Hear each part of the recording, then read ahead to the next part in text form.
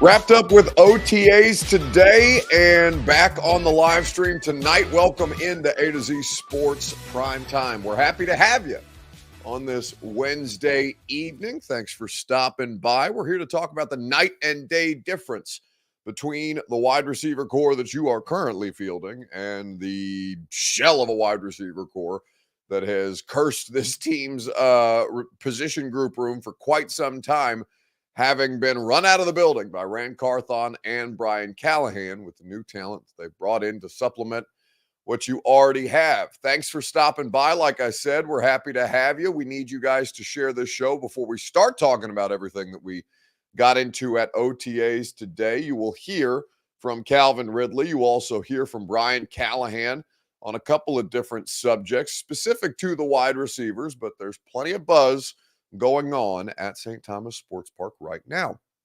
Before we get started, though, as you know, you need to share this broadcast on Facebook, YouTube, Twitter, and on Twitch. If you're hanging out on Twitter, please retweet the show. It's in the bottom right-hand corner of your screen.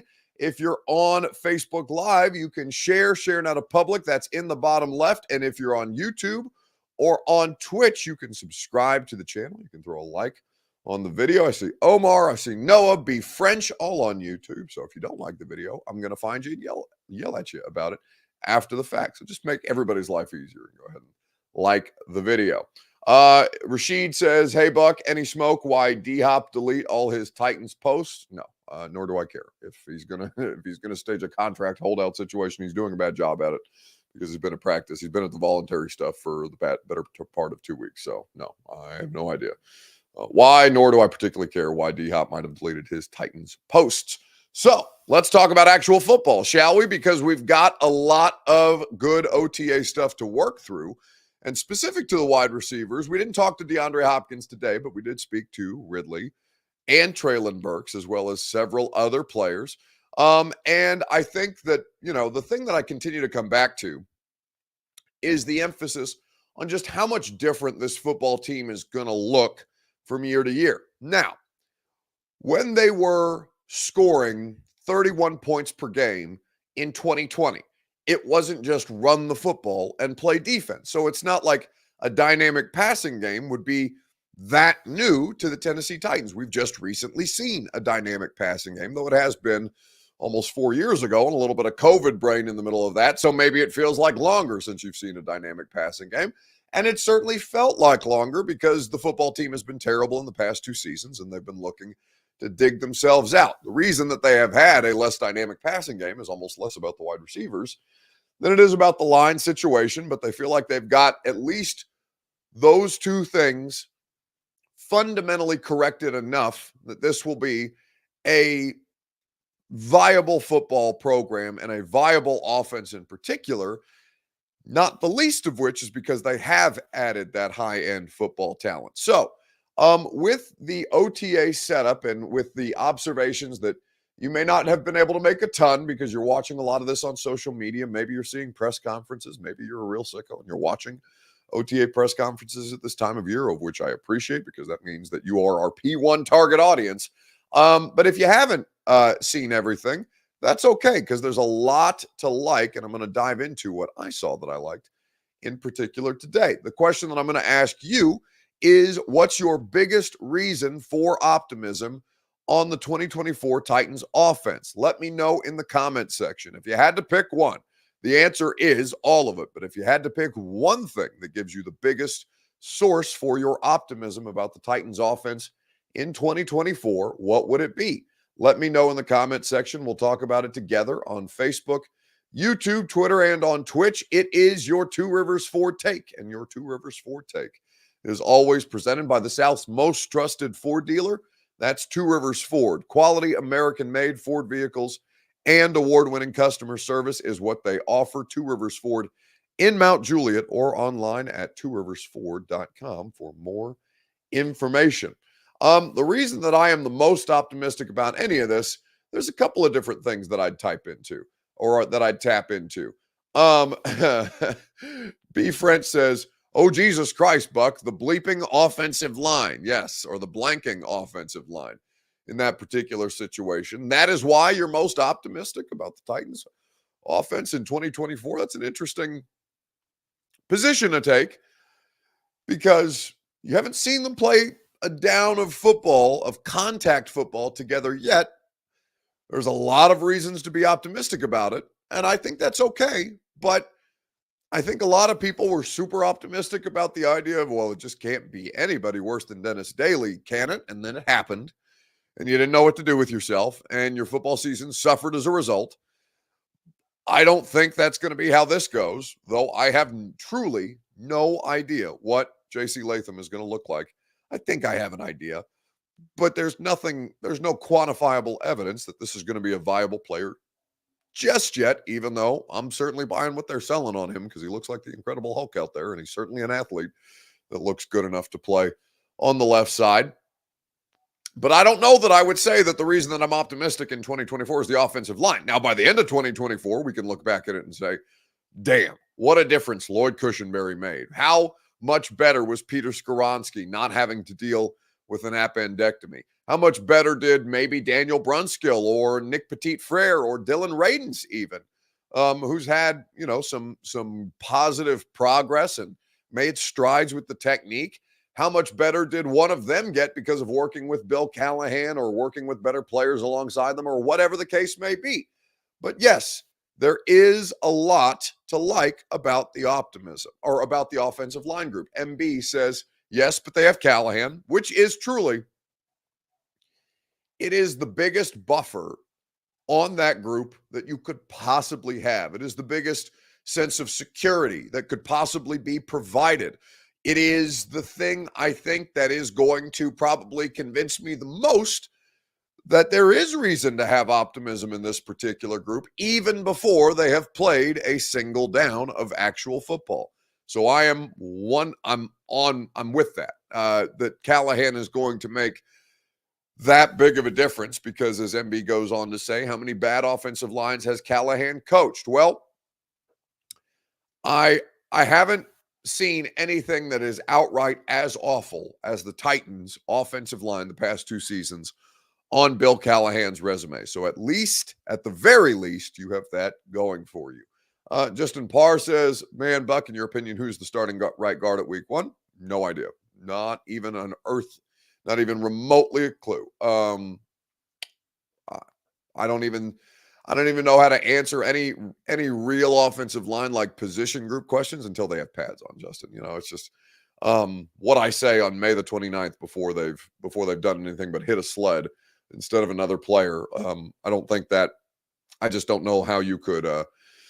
Really extrapolate all that out. John Vargas says, I like the vibe and energy this staff is bringing. That's his reason for optimism, and that's fine. That is, there are plenty of good vibes out there. John Vargas adds, felt like with Vrabel, you were walking on eggshells. Yeah, but listen, that's not a bad thing. Mike's going to be held up as the bad guy in a lot of this stuff. And I don't think that all of it is fair. I don't think that all of it is fair because I do think that football coaches should keep you on eggshells from time to time. The reason that the vibes are high out there, John, and that, everybody's not walking around on eggshells. You know why? Because the coaching staff was fired. The coaching staff that went 7-10 and then 6-11 in back-to-back seasons, they're no longer around. You don't have to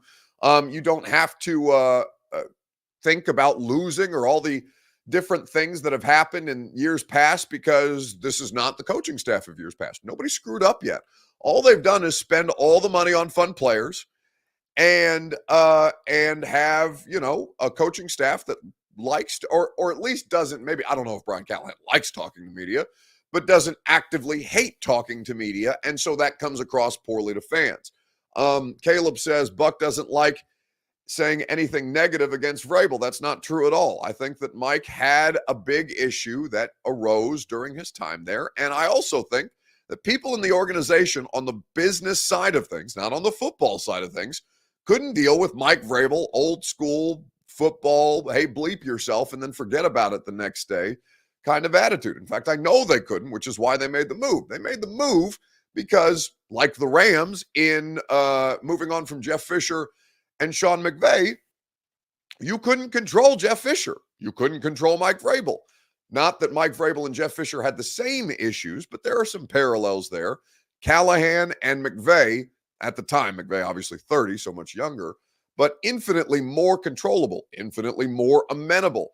Does not have that experience or that resume to lean on, is not a 3-time Super Bowl champion with all of that. So my issue with some of the Vrabel criticism, because I don't think that all of it is unfair, but some of it is absolutely unfair. For example, do you hate Mike Vrabel today, Caleb, if you keep A.J. Brown? Because you know who didn't want to get rid of A.J. Brown?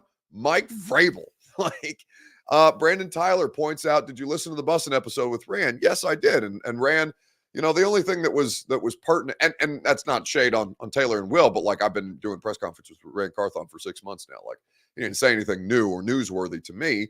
But you did get a little bit of the human side, right? Of Rand's daughter still has a picture of her and Mike Vrabel on her phone because Mike's great with kids and developed relationships with players, with families, with staff and their families. So we don't need to make this a Mike Vrabel, Brian Callahan thing. But when I do see criticism that is unfair, I don't think that it's unfair to point out that the criticism is unfair. You know why the good vibes are happening right now?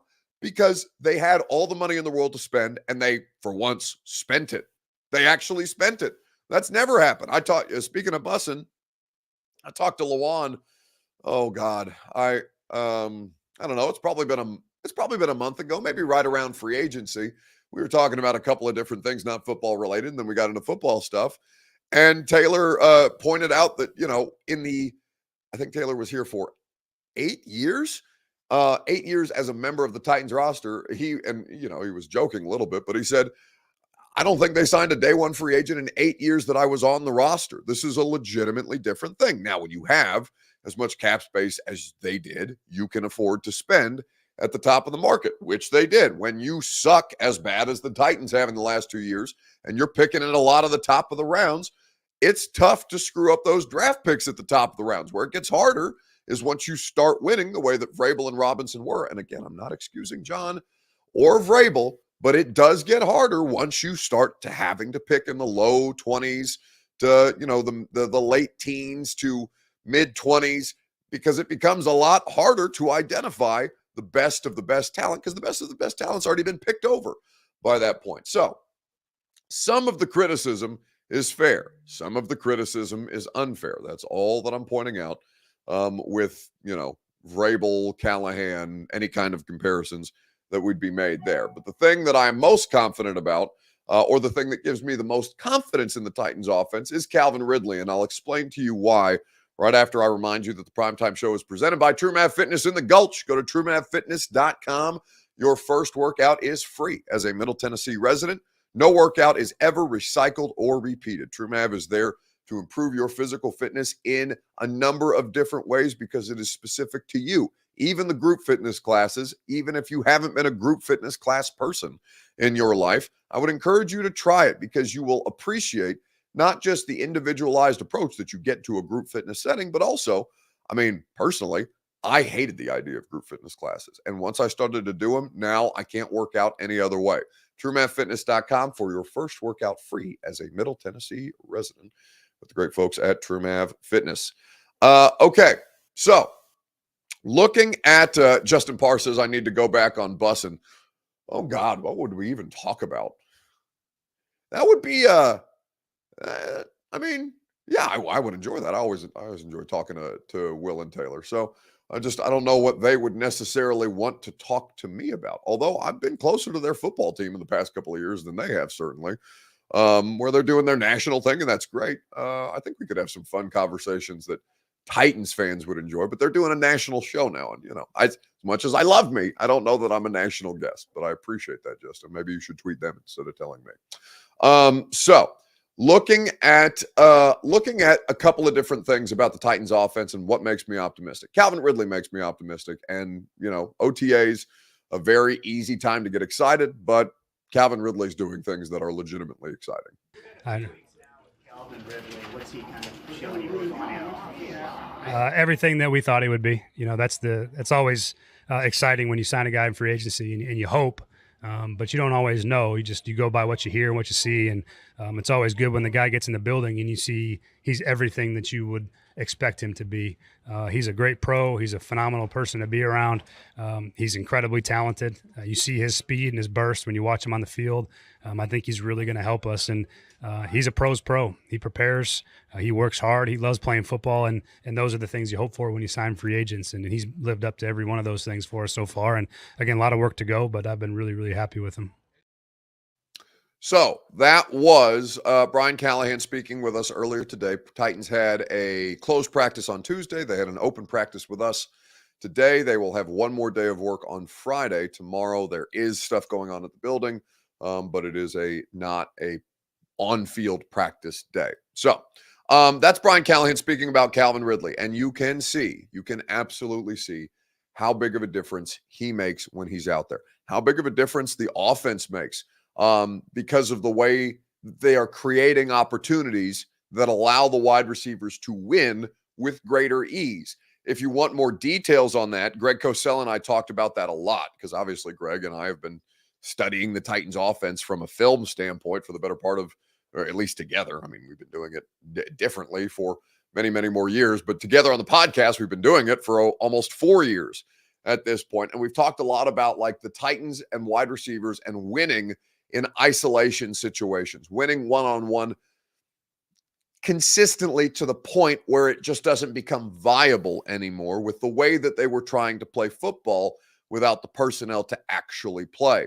So Ridley with Hopkins, with Boyd, with Burks as a 4 and NWI as a fun thing, and a bunch of different players who were making plays in the slots today. I saw good stuff out of everyone down the line, really, from Mason Kinsey to Kyle Phillips. I thought Kearis Jackson was involved in a couple of different plays today, both with the starting quarterback, Will Levis, and with the backup quarterback, who was, he only threw 3 passes, but he completed all 3 of his passes today in 7-on-7, and Mason Rudolph, who we did talk to for the first time today and is absolutely in the driver's seat to be your backup quarterback over Malik Willis. Malik was fine. He was 2 of 3 in the reps that they got in the 7-on-7 period, but the bulk of the work was taken by Will Levis for obvious reasons. And you saw the wide receivers, though, benefiting from the scheme as much as they were from the quarterback play. You also see the quarterbacks benefiting from the way that they're creating more open opportunities, more open throwing windows for you to throw to a spot where the wide receiver meets you, as opposed to throwing to the wide receiver and asking him consistently over and over and over again to win one-on-one. I'm not saying that that's all that the Titans did, because like I said, Mike Vrabel and Arthur Smith had the single most explosive and effective offense in the Titans era of football in 2020. 31 points per game is not something that any other team in 25 years, heading into 26 years of Titans football, has ever done. And they didn't just do it with Derrick Henry, though Derrick was obviously a big part of that. They've had dynamic passing games here in the not too distant future, but it has been long enough to where you start to, I made the joke today with Cosell when we did the podcast, by the way. It's available on the Zone YouTube page, 1045 The Zone's YouTube page. So go subscribe to the Zone's YouTube page if you haven't done so already. I made the joke today with Greg at the start of the podcast that I don't think I've seen them throw that many passes in a practice, in 2 practices that have been open to us, that I did in 6 years of watching the previous administration. But, that's not shade. That's just been a very noticeable takeaway. Very active in the passing game with a lot better wide receivers than I'm used to seeing in two-tone blue. All right. So from the optimism that Calvin Ridley and several other parts bring, which Titan has been your favorite to hear from so far this offseason? Because you've met a lot of new players, or you're starting to meet a lot of new players. We are looking at a significantly different roster, not just from a talent standpoint, but also from a personality standpoint. And I'll explain to you what I mean by that here in just a second, after I remind you that the Primetime program is presented by Zen Sports. Download the app, plug in the promo code ATOZTN. You see it behind me? That's the promo code that you use. When you use that promo code, you get access to all their great odds boost promos, up to $100 on your no danger first wager. Zen Sports has a VIP program that is also excellent for you to get comps on your sports books. That's comps at concerts and sporting events. You can even benefit from different kind of benefits in the Zen Sports app when you submit yourself for VIP consideration. Go to zensports.com/VIP and use that promo code ATOZTN in the Zen Sports app. Which has been your favorite Titan to hear from this offseason as you're getting to know a lot of different players? Justin Parr said he heard Tajay and Pollard had some words exchanged already. Heard Tajay and Pollard had some words exchanged already? What do you mean? Like between each other, at somebody else? I don't, that's not bringing anything to mind, so I'm not entirely sure what you're talking about. There, Titans Kyle says, really enjoy listening to Ridley. Eric Castillo says, Cheeto Awuzie, the corner who was signed in free agency, he came to the podium today and spoke. Stephen King says, Callahan has been the biggest addition, and I assume he's talking about Brian, not Bill, although some of you could probably mention Bill as a part of this. Brandon, whose picture is a photo of Levis, says still Levis, and fair to expect that we won't hear from Will Levis for a little bit of for a period of time while they work through some of the PR stuff around him at this particular point. But Levis is open and engaging and transparent, and willing is what I always appreciate. Not that Tannehill or Mariota before him weren't, but there's just a degree of comfort with Will up there that I hope they don't wash out of him at some point, or PR scrub out of him, because although I speaking of PR scrubbing, I hope that he is not substantially different when next we speak to him, for the reasons that he has been unavailable as of late. So I'm hoping that incident does not, take away from how good and how engaging he's been. But, we'll see when next he talks to us, because they do it in a different style as far as us speaking to the players than the previous administration did. Wilson with the dog. What is it? Is it dedicated assholes with grit? I believe is dog, the saying, submitted by Jesus is God on YouTube. Wilson with the dog. Dedicated assholes with grit. I believe that's what D stands for, dedicated. Either way, assholes with grit is definitely the last three. And Arden Key spoke highly of him today in a piece that I'm getting ready to write. We'll probably do a primetime show on it at some point. But honestly, I might answer Ridley again. I've really enjoyed getting to talk to Calvin, not just in the sit down that I did with him after his introductory press conference, which, by the way, also available on the Zone's YouTube channel if you want to go check out my one-on-one with Calvin Ridley from, what was that? Would have been late March, I think, is when we got him. We did one with Steed. We did one with Ridley. They were both great. Ridley, honestly, was the better of the two, just because he's a very excitable person and a very positive person on a number of different fronts. And by all accounts, to date, a really high-level wide receiver. But today he was asked about Traylon Burks and could not stop glowing about him. Yeah, this dude is a freak. Like, seriously, bro, he's going to be a stud. There's no worries in him. What I see, he's like Julio, A.J. Brown. He's like T.O. Dude that big, that fast, man. I mean, he's a stud, man. You don't got to worry about him. You just got to learn, slow the game down. He's going to be all right. So that is Calvin Ridley speaking on Traylon Burks. Traylon Burks also spoke today and expressed, I think Burks has been consistently really grounded, really had the right attitude, the right approach.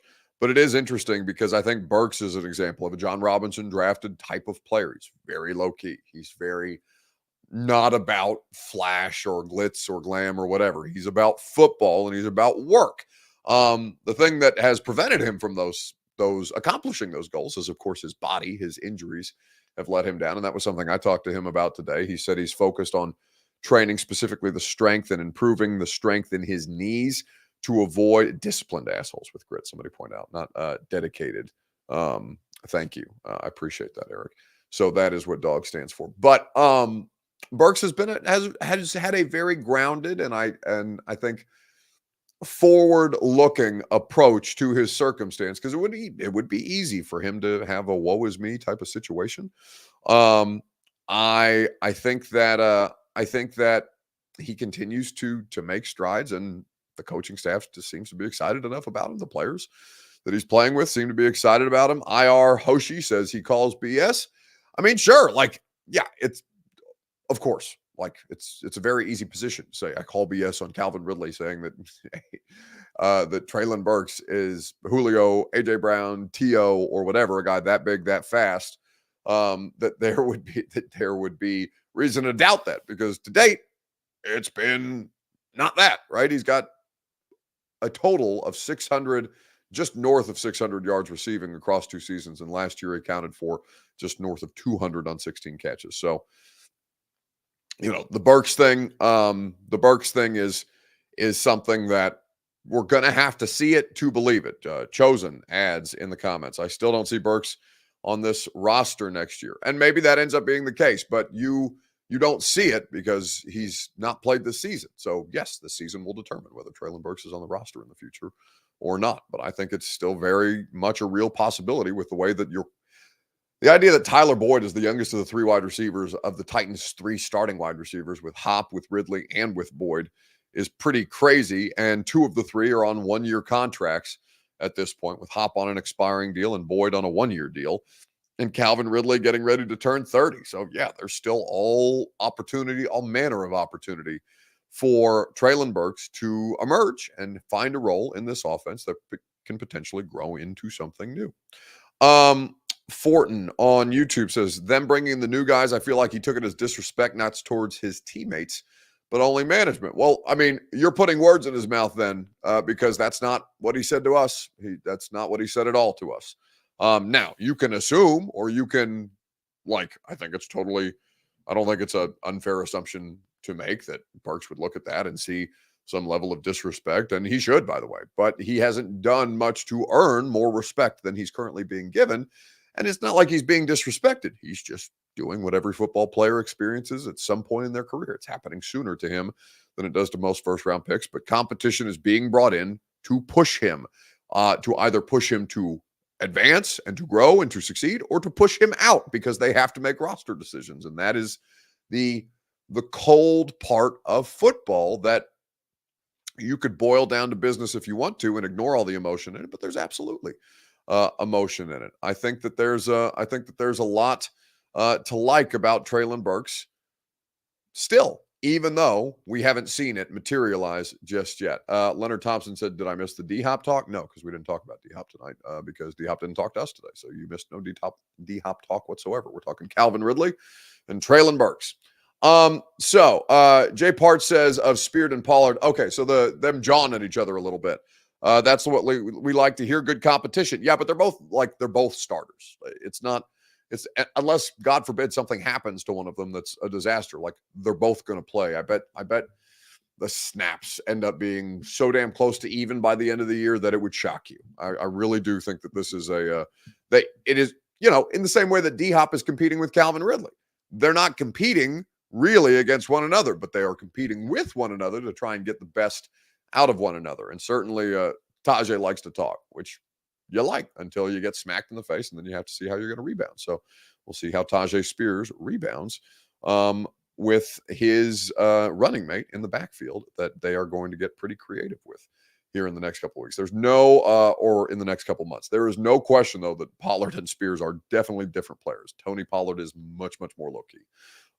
And Tajay is not like over the top or anything like that, but he's definitely a more animated player. He's definitely a more outwardly expressive player. And Pollard is kind of like the John Robinson, Rand Carthon player dichotomy, right? Where Traylon Burks is John and Calvin Ridley is Rand, more effusive, more expressive, more extroverted, right? I look at Spears and Pollard in the same way. Pollard would be a great John Robinson player, and Spears is absolutely somebody that Rand Carthon identified and clicked with right away. All right, so let's wrap the show up with a little rising and falling. Speaking of football competition, whose stock rose and whose stock fell this week in sports? Let me know on Facebook, YouTube, Twitter, and on Twitch. Chosen says, Buck, he's talking about D-Hop deleting. Oh, guys, I don't give a shit about... Really? I mean, I get... All right, let me not be unfair, because you went through this already with AJ. But, why on earth would I give a single solitary damn about DeAndre Hopkins deleting Instagram posts when he's been out here every week that they've had voluntary off-season work? And if he wants to get paid more, good for him. Who cares how he does it? Like, what's the problem? The idea that I'm going to be expected to make a full-ass show out of it when there's actual football things to talk about. Man, can I go one night? And one night without doing more TMZ than I do football. Sometimes the TMZ stuff is fun, but like, truly, I do not give a single solitary shit yet about what's happening with DeAndre Hopkins and his Instagram. You know who else deletes Instagram posts all the time? Young people. I mean, Hopkins is older than me, so I'm not saying that Hopkins is young, but like, I know plenty of people that clear out their Instagram page from time to time. Does that mean that, I mean, maybe you're unhappy in your job. I don't know. You may just be unhappy in your job anyway, but like, and okay, let's say it is a strategy. All right. This is as much time as I'm going to spend on it. Fans are paranoid. You absolutely have a right to be. So I'm not mad at you. I'm a little tired. I woke up at 2 a.m. this morning after going to sleep at 11 and I couldn't fall back asleep. So I'm a little on edge if I'm being honest, because I've written twice today. I did the Greg podcast. I had 3 hours of radio. A little fried. So forgive me if I've snapped a little bit. But I will say to you that if Hopkins is using it as leverage, I'm for it. Good. He deserves it. Pay him. He was the only saving grace of your offense last year, not named Will Levis or Tajay Spears. And he was so much more than Will Levis or Tajay Spears were last year. And he may not be the best wide receiver in football anymore. I don't care. Pay him anyway. Like, I'm pro player every time. Every time. I'm pro labor every time, because what do I care if Hopkins rattles the cages of management a little bit, if he's even doing that, which I don't think he is. But if you want to be paranoid, go for it. And if he gets an extension, that's good for you, because he's going to age pretty well at this point. At this point in his career, I think that Hopkins has the ability to have the same kind of longevity that late stage Larry Fitzgerald did. Not that they're physically the same player, but there are a lot of similarities to their game that make you think that it could age well. So if he's using some kind of tactic that I don't know, and I don't think specifically, nor have I heard specifically, that he's trying to employ, good for him. Do it. Get your money. Because fans should side with management because you care about the team. My investment is not in the success. I mean, there is a degree of investment in the success of the team, but like, I'm not a Titans fan, so I don't care what he does to the Titans. I care that he gets his money, that he's well compensated for his work, and that is what it is. So can I not? Tiffany Cockrell says, so does Buck care or not? I don't care at all, but the fact that you guys care enough to continue to ask me about this dumb shit, that it's not dumb for you guys to ask me about it, but like, the whole thing is dumb, and I don't care about it until I have to. Just the same way as AJ. I don't care about it until I have to. And there's no reason for me to care about DeAndre Hopkins and deleting social media posts today. I'm sure he's going to post something of him DJing his next set at Soho House, and it'll all wash over because he'll post another picture of the Titans, and then everybody can be pacified by that. All right, rising and falling. Whose stock rose, whose stock fell on Facebook, YouTube, Twitter, and on Twitch. A reminder that the Primetime program is made possible by the Ashton Real Estate Group of RE/MAX Advantage. GaryAshton.com is where you go to make sure that you don't sell without the intel that only the Ashton team can provide. Go to the official real estate agent of the Nashville Predators at GaryAshton.com. Okay. Pylon says, why haven't the Titans gotten Justin Simmons yet? Because he wants more money. Answer that enough for you. So we have a lot. Somebody says, Malachi Perry says that may have actually been an A to Z article that I read. Talking about what, Malachi? You didn't. I didn't see specifics. Someone reported that D-Hop never had Titans or football stuff on his Instagram page. Well, that's not true. I've seen him post Titans pictures before.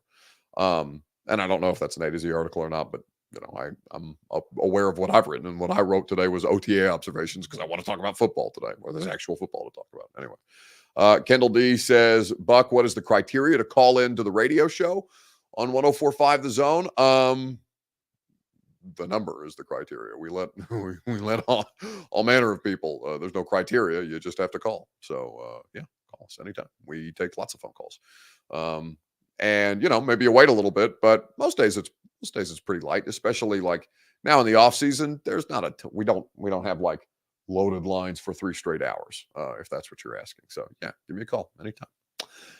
All right, stock up, stock down. Whose stock rose? Whose stock fell at this point? Puka with an excellent submission. Joseph Newgarden, back-to-back Indianapolis 500 champion, Middle Tennessee resident, Hendersonville, Tennessee's own Joseph Newgarden, stock the hell up. A huge finish, an exciting finish to the Indianapolis 500 this year. I got to watch the last 5 laps in particular while I was at home in Indiana, as a matter of fact, which is the song that they sing before they run the Indianapolis 500 at home again in Indiana. So got to really relive the vibes. And it was an excellent finish by Joseph Newgarden, who was in it until the very end and made an exceptional pass in the final laps to secure the race and back-to-back Indy 500 victories. That's a really good one. I don't know that mine's going to be better, but my stock down goes to this particular individual. The video that I saw, courtesy of Barstool Sports, a person who has had their license suspended, zooming in to court whilst driving a vehicle that they do not have a license to operate. I'm sure many of you have seen this video, but it is this week's Rising and Falling. Public Defender Natalie Tate for Mr. Harris, who should be present via Zoom. Mr. Harris, are you driving? Actually, I'm pulling into my doctor's office, actually. So just give me 1 second. I'm parking right now. Great.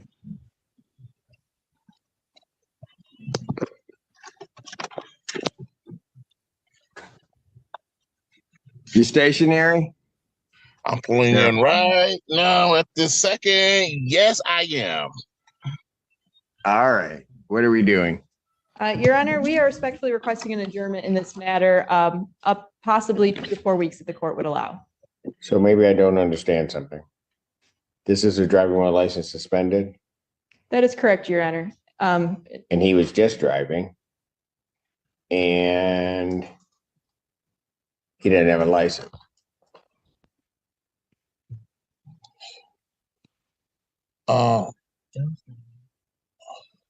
Is with the charges, Your Honor, yes. No, I'm looking at his record. He doesn't have a license.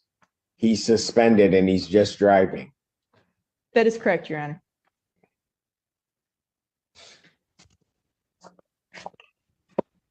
I don't even know why he would do that. So defendant's bond is revoked in this matter. Defendant is to turn himself into the Washington County Jail by 6 p.m. today. Failure to turn himself in will result in a bench warrant with no bond.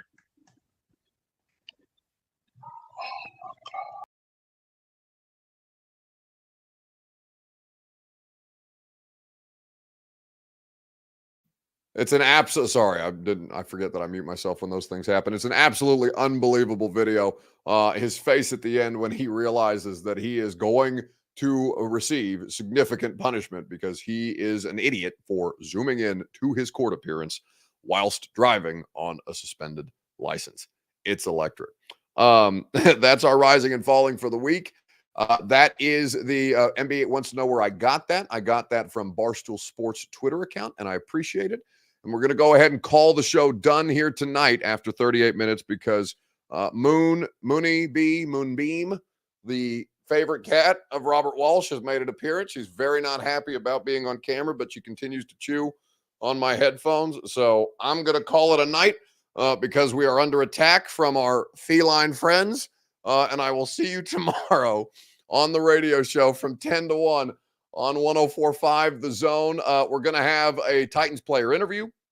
Not exactly sure who we're going to get just yet because we're working through some schedule logistics on whether it's going to be before their meetings, whether it's going to be after their meetings. So keep you updated on that later on. But have a great rest of your evening, and I will talk to you tomorrow morning with some kind of Titans player from 10 to 1 on 104.5 The Zone. See you guys. Go home! Go home! Go home! You're embarrassing Nashville. Go home!